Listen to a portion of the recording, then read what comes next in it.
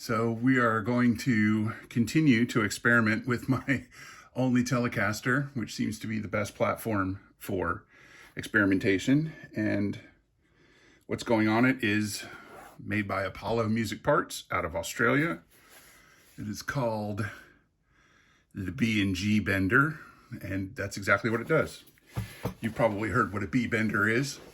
This is kind of like that, except it does the B and the G. Okay, there is a tiny Allen wrench. There is a sliver of wood. I'm guessing that's so that I can shim the neck if I need to. There is a bag of screws. There are the two angled arms and the unit itself. So, and then nice packaging. Overall, very secure for transatlantic, trans-Pacific, international transport.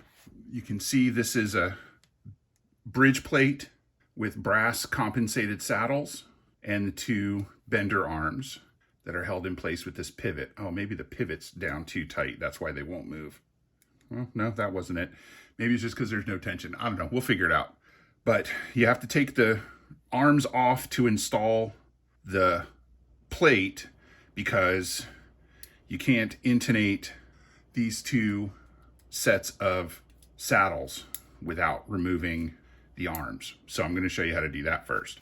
Oh, you notice there's no instructions in the box. You have to watch the videos. You have to watch a video like this. So to undo the arms, this is a knurled tension. It's got a washer on it, so don't lose the washer. Set that safely aside. Then you lift up and the arm comes right off, of course, because it's replaceable anyways. But I don't know if you can see it quite as easily. There is a tiny little ball bearing roller there. So carefully remove that. There's a spring there that's kind of holding it in place. So let me see if loosening that helps me take it off.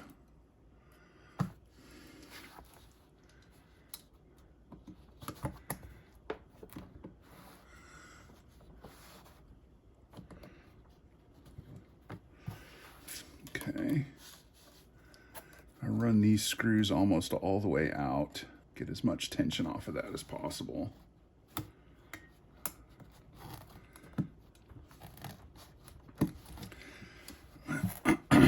Trying to not to lose the spring, so there we go. I guess that'll push it back when you release the arm. And then underneath there is another ball bearing, so you got to take that off too. I mean, you probably don't have to because you're not going to be flipping this part around very much, but why worry? Now we need the guitar.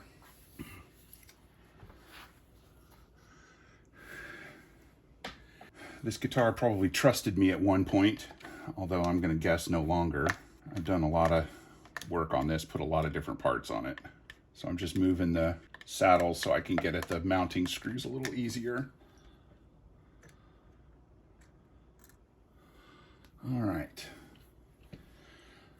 With all four screws out of the base plate, we can lift it up, and then I have to remove the pickup so that we can move the pickup to the other base plate, and that shouldn't be too difficult. I should have, yes, I do have plenty of room with the wires. You know what? Before I do that, I should probably test and make sure that these holes line up, and they do. Not that I doubted it, just, you want to be sure. And these Tele pickups that have the 3 mounting screws can be a little fiddly to get in and out. If you run them kind of evenly, then that makes them a little easier. I don't remember now if I put springs on these or tubes. And I'm just gonna move all of the same hardware over to the B&G Bender. So there's the pickup. You see the tubes. So the screws are all the same, but keeping the tubes where they were is probably smart since it already mounted properly. So I'll just keep those two back tubes together. Now that's the T-Tune bridge that was on it. It's pretty good. I'm not the biggest fan of the tray style, but this was a good bridge for the guitar. It had less rail on this side, and that just got in my way. So I'm probably gonna have to adjust my technique quite a bit to use the B&G Bender, but that's a slightly different concept, I guess, or process, whatever you wanna call it. So I'm gonna get these ready by putting the screws through and the tubes on so they're in place. And one thing you can't tell from the video, this Apollo base plate feels really well made. It's got a good heft to it. It is definitely, it weighs a little bit more than this one, and this is steel. It's got some good heft to it. Now we're gonna put the pickup in, and because the threads stick out below the tube on the front adjuster, that's where I'm gonna start. It helps putting a little pressure on pushing the pickup up a little bit from the bottom so that the screw doesn't have to do all the work. And you can see this is a Lindy Fralin noise-free Telecaster pickup, steel pole, dual coil, etc., etc. We'll get that tweaked some other time. Now we're gonna fish those back through, get that placed where it needs to be. You see the branding is pretty subtle. It says Apollo on there, but it's not garish. And then we'll get these mounting screws in. So I like to do the two outside ones first because it kind of sets the base plate straight into the instrument. The reason I chose this is because I've been wanting to learn how to use a B Bender for a while, not because I'm super into country music, but just because I think it's really cool and I think it's a neat thing. But for most of the systems out there, they either hang off the top of the bridge, and I don't like that, or you have to drill holes in even one small hole in the body, or like some of them, like the big B Bender system, you have to route out a huge amount of wood in the back to make it so that you can control the bend with your strap. Okay, now what we're gonna do is we're gonna put 4 strings on the guitar. Why 4 strings? I hear you cry. Because since these are compensated saddles, we can't individually set the intonation for each string. And once the bars are on, we can't get at these 2 adjustment screws to set the intonation for the D, G, B, and E strings. So we need to set the E, the high E, the D, and of course the E and A before we put the arms back on. So I'll go ahead and cut all this part out, and it will come back and it'll have strings on it.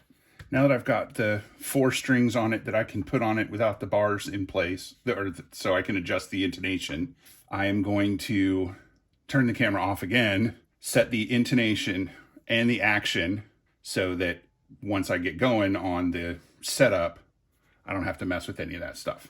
Okay, now that I've got the intonation set on, especially the E and the D, the high E and the D string, I can now go about setting up the actual unit itself. So you have to decide which arms you're going to use.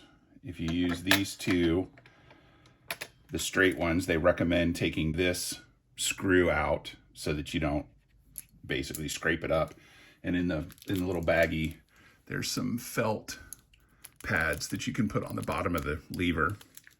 So there's that, which puts it closer to the volume knob than the strings.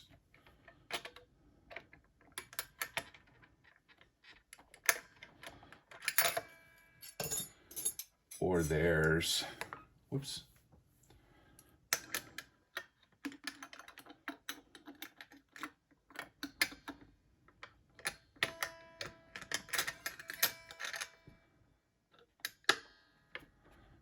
Huh.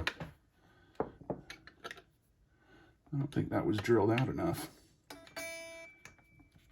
That doesn't fit.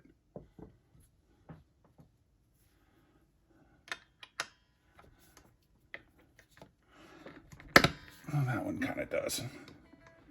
Although, if I don't want it on there, it's going to be hard to get off. Or you can use the angled arms. The other one, I couldn't quite get it on, but it would put them there much closer to the strings. So what I think I'm going to do is I'm going to use the straight arms first to start getting used to how the unit works. Just get a little up pressure on there. Hopefully I'm not scratched. There we go. I might drill that out just ever so slightly. Ball bearing goes on the bottom. The G Bender arm goes in place.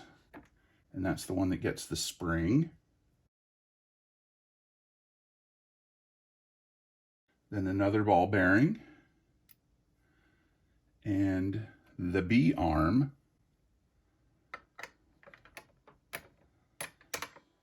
the knurled screw that holds it in place. You can see there's a, I don't know if you can see that, but there's a tiny little lock washer on there. And I think I am going to take that screw out. And with the screw out, it doesn't touch anything, so I'm not going to put a felt pad on the bottom of that.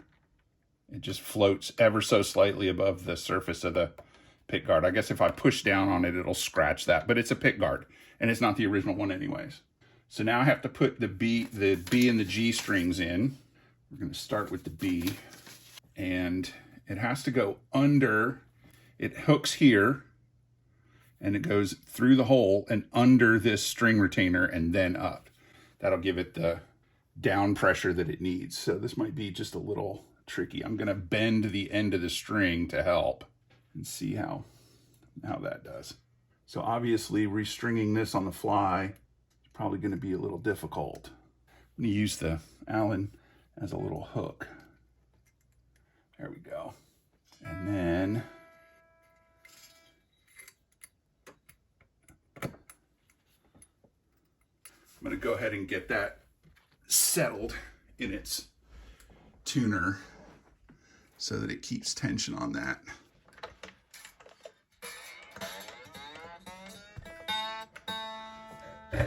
All right. Yeah, that seems to hold a little better.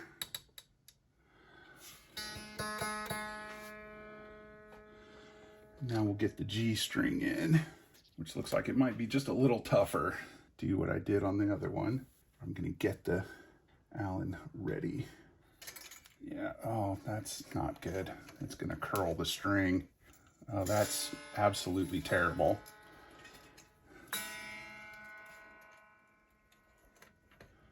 As it pulls it under that string tree, it's curling it like a Christmas ribbon. So I'm gonna have to get that on there right away, otherwise that's just gonna stay curled up. I hope that doesn't affect the integrity of the string. Oh yeah, it's all bent to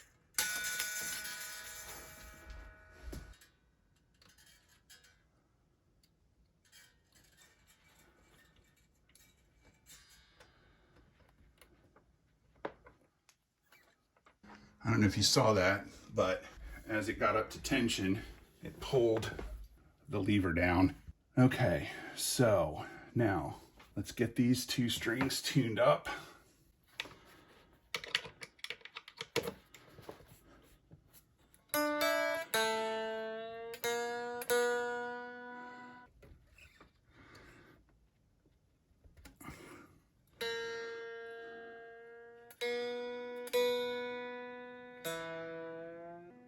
I can hear the B sounds a little pingy, so I may need to raise the action on that. Let's check the intonation. The G is dead on, the B is pretty close. Now we have to set the second note.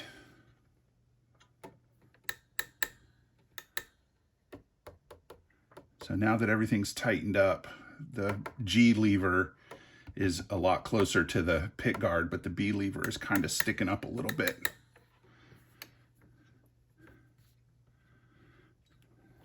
So to set the second note, you use these screws as the stop. And that's why they've got the spring in them, is so they don't move as you're playing. So we want these to bend up a full step. So for the B, That's going to be, whoops, I'm going to tune the right string. For the B, it's going to bend to C sharp. That's a full step, right? B, C, C sharp. And the G is going to bend to A, G, G sharp, A. So let's try the B first. Gotta get it in tune first.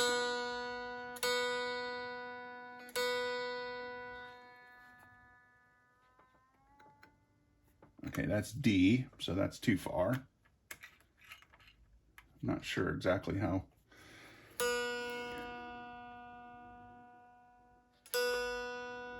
And until the string settles, it's gonna mess with the tuning a little bit when I bend it like that.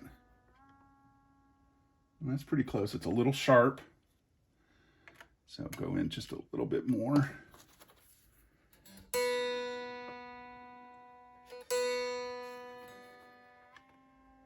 Now it's a little flat. A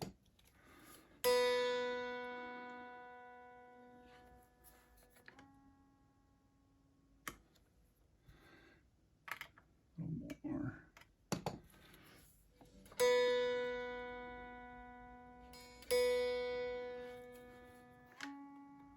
Now it's a little sharp again.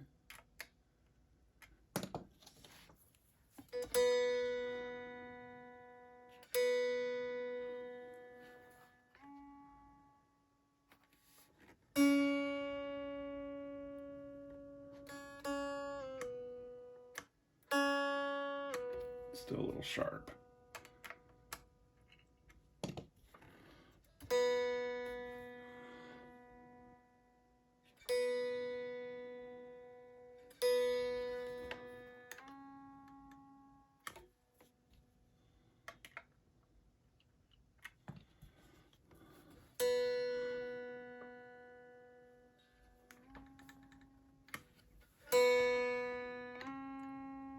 I can hear that's a little flat.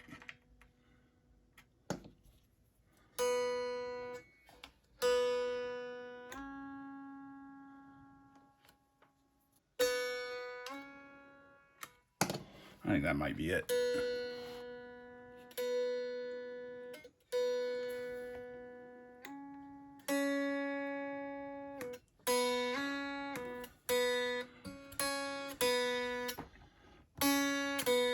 There we go. Now the G.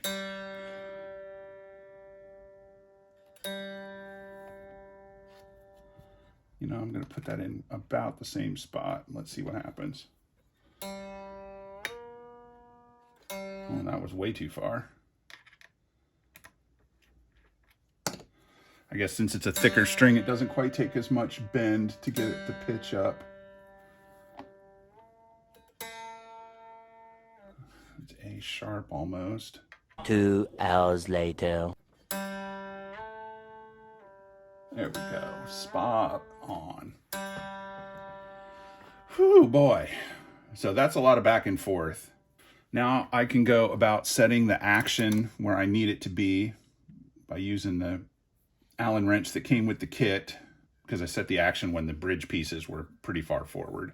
And then I got to set the pickup height, which, yeah, I'm just going to do that right now. I'll get it close enough and then measure it in a bit. And I can tweak that with the pole pieces. So let's see what we got here.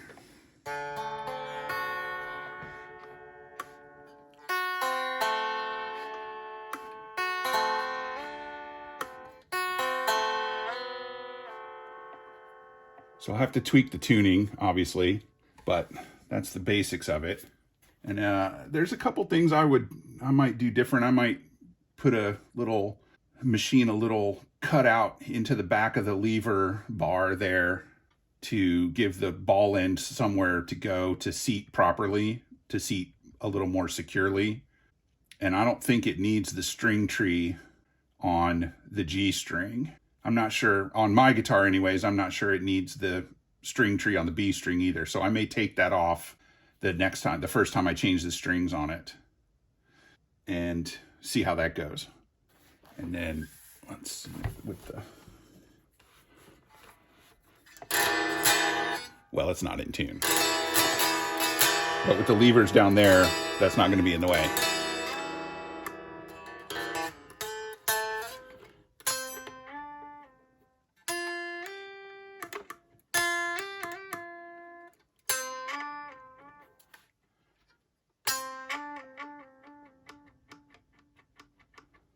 Yeah, I may have to disassemble that and put the little thing, the little pad underneath it, just because it makes a scraping noise, which isn't going to come through an amplifier, but it's certainly coming through my ears.